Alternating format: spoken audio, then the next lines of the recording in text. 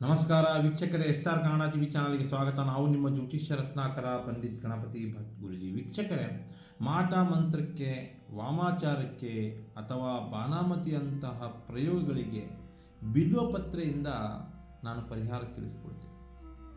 ಈ ಕೆಲವೊಂದು ಪಂಚ ವನಸ್ಪತಿಗಳಿಂದ ಶಿವನ ಶಕ್ತಿ, ಅತಿ ಬಲಿಷ್ಠವಾದಂತಹ ಶಿವನ ಶಕ್ತಿ ಇರುವಂತಹ ವನಸ್ಪತಿಗಳ ಮುಖಾಂತರ ಮಾಟ ಮಂತ್ರ ಅಥವಾ ಬಾಣಾಮತಿ ಅಥವಾ ವಾಮಾಚಾರ ಕೃತಿಮಕ ದೋಷಕ್ಕೆ ವಿಶೇಷ ಪರಿಹಾರ ನಿಮಗೆ ತಿಳಿಸ್ಕೊಡ್ತೇನೆ.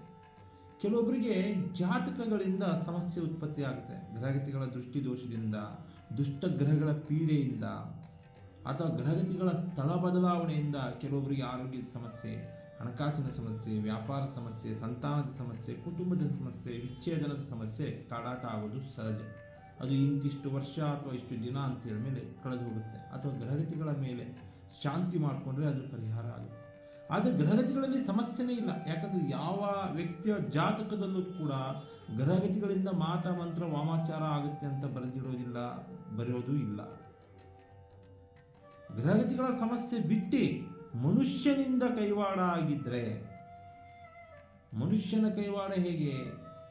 ಮನಸ್ಸಿನ ನಿಯಂತ್ರಣ ತಪ್ಪಿ ದ್ವೇಷ, ಕ್ರೋಧ, ಕಾಮ, ಮತ್ಸರ, ಮದದಿಂದ ಏನಾದರೂ ಒಬ್ಬ ವ್ಯಕ್ತಿ ನಾಶ ಆಗಬೇಕು, ಇನ್ನೊಬ್ಬರ ಮೇಲೆ ದ್ವೇಷ ಇಟ್ಕೊಂಡು ಈ ಗೊಂಬೆಗಳ ಪ್ರಯೋಗ ಮತ್ತು ಈ ತಂತ್ರಗಾರಿಕೆಯಲ್ಲಿ ಸಿಗುವಂಥ ಕೆಲವೊಂದು ತಾಂತ್ರಿಕ ಗಿಡಮೂಲಿಕೆಗಳಿಂದ, ಪ್ರಾಣಿ ಪಕ್ಷಿಗಳ ಬಲಿ ಪ್ರಯೋಗದಿಂದ ಮಾಟ ಮಂತ್ರ ವಾಮಾಚಾರದಂತಹ ಪದ್ಧತಿಗಳನ್ನ ಮಾಡ್ತಾರೆ.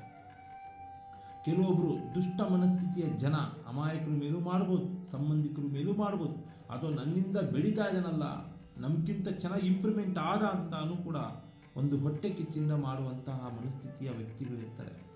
ಪಾಪ ಗೊತ್ತಾಗೋದಿಲ್ಲ, ಇಂಥ ಮಾಟ ಮಂತ್ರ ತಂತ್ರಕ್ಕೆ ಒಳಗಾದಂಥ ವ್ಯಕ್ತಿಯ ಜೀವನವೇ ನಶ್ವರವಾಗುತ್ತೆ. ಇಂತಹ ಸಮಸ್ಯೆಗಳಿಂದ ಅವರು ಹೊರಗೆ ಬರಬೇಕು, ಎಚ್ಚೆತ್ಕೋಬೇಕು ಅನ್ನೋಷ್ಟರಲ್ಲಿ ಆಗಲೇ ನೆಲ ಕಚ್ಚಿರ್ತಾರೆ. ಅವ್ರು ಗೊತ್ತಾಗೋ ಅಷ್ಟರಲ್ಲಿ ಇದು ಆಗಲೇ ಮೈ ತೂರಿರುತ್ತೆ ತಂತ್ರ. ಇಂಥ ಸಮಸ್ಯೆಗೆ ಒಳಗಾದಂಥ ವ್ಯಕ್ತಿಗಳಿಗೆ ಶಿವನ ಶಕ್ತಿ ಇರುವಂಥ ಪಂಚ ವಸ್ತುಗಳಿಂದ ಮಾಟ ಮಂತ್ರದಿಂದ ನಿರ್ಮೂಲನೆ ಮಾಡ್ಬೋದು. ಯಾವ ವಸ್ತುಗಳು ತಗೊಳ್ಳಿ ವೀಕ್ಷಕರೇ, ಬರ್ಕೊಳ್ಳಿ. ಇಷ್ಟು ವಸ್ತುಗಳು ಬೇಕಾಗ್ತದೆ. ಒಂದು ಭುಜಪತ್ರೆ ತಗೊಳ್ಳಿ, ಹಾಗೆ ಬಿಲ್ವಪತ್ರೆ ತಗೊಳ್ಳಿ, ಗ್ರಂಥಿಗೆ ಅಂಗಡಿಯಲ್ಲಿ ಸಿಗುವಂಥ ದೃಷ್ಟಿ ಬೀಜ ತಗೊಳ್ಳಿ, ಬಿಳಿ ಸಾಸಿವೆ ತಗೊಳ್ಳಿ, ನಾಗಚಕ್ಕೆ ತಗೊಳ್ಳಿ. ಇಷ್ಟು ವಸ್ತುಗಳನ್ನ ನೀವು ತಗೊಳ್ಳಿ ವೀಕ್ಷಕರೇ. ಭುಜಪತ್ರೆಯ ಮೇಲೆ ಮಾಟ ಮಂತ್ರಕ್ಕೆ ಒಳಗಾದಂಥ ವ್ಯಕ್ತಿಯ ಹೆಸರನ್ನು ಬರೆಯಿರಿ ಮತ್ತು ಬಿಲ್ವಪತ್ರೆಯ ಮೇಲೆ ಮಾಟ ಮಂತ್ರಕ್ಕೆ ಒಳಗಾದಂಥ ವ್ಯಕ್ತಿಯ ಹೆಸರು ಮತ್ತು ಅವರು ಯಾವ ಸಮಸ್ಯೆ ಆಗ್ತಾ ಇದೆ, ಹಣಕಾಸ, ಕೆಲಸನ, ಕಾರ್ಯನ ಅಥವಾ ಆರೋಗ್ಯನ ಅಥವಾ ಬಿಸ್ನೆಸ್, ವ್ಯಾಪಾರನ, ಕುಟುಂಬನ, ಸಂತಾನ, ಏನು ಸಮಸ್ಯೆ ಆಗಿದೆ ತಂತ್ರದಿಂದ ಅಂತ ಈ ಬಿಲ್ವಪತ್ರೆ ಎಲೆ ಮೇಲೆ ಆ ವ್ಯಕ್ತಿಯ ಹೆಸರು ಬರೆದು ಸಣ್ಣದಾಗಿ ಅದರ ಕೆಳಗೆ ಆ ಸಮಸ್ಯೆಯನ್ನು ನೀವು ಕೂಡ ಬರೆಯಿರಿ.